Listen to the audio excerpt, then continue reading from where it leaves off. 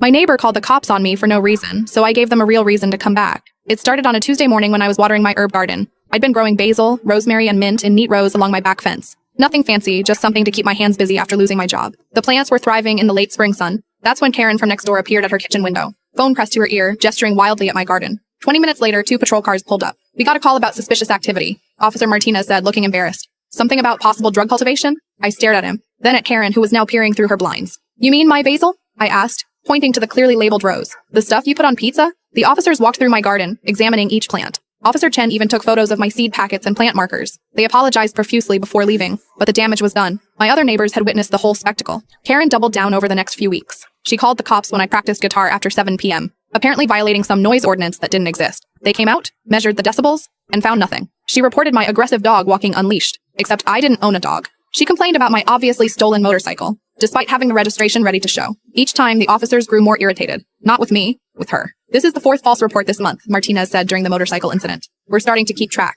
That's when I decided to do some research. I spent the weekend digging through public records and neighborhood Facebook groups. What I found was fascinating. Karen had been calling the cops on neighbors for 3 years. The family before me moved out specifically because of her harassment. But the real gold mine was her own property. See, Karen worked as a building inspector for the city. She knew every code, every regulation, every permit requirement. She also thought that knowledge made her untouchable. She was wrong. Her home office addition, built without permits, the mother-in-law suite she'd been renting out on Airbnb, violated residential zoning laws. The privacy fence she'd installed, 6 inches taller than code allowed and encroaching on city property. Her driveway expansion crossed the property line by 2 feet. Most interesting was her swimming pool, installed without proper permits, no safety barrier meeting current codes, and the electrical work was done by her unlicensed brother-in-law. I gathered everything into a neat folder and made some calls. Monday morning, 3 city trucks arrived. Building inspectors, zoning enforcement, and electrical safety. By noon, Karen had citations worth over $15,000 and orders to cease operation of her illegal rental unit. That afternoon, she marched over to my front yard where I was reading. You did this, she accused, waving a stack of violation notices. Did what? I asked innocently. Reported suspicious activity to the authorities?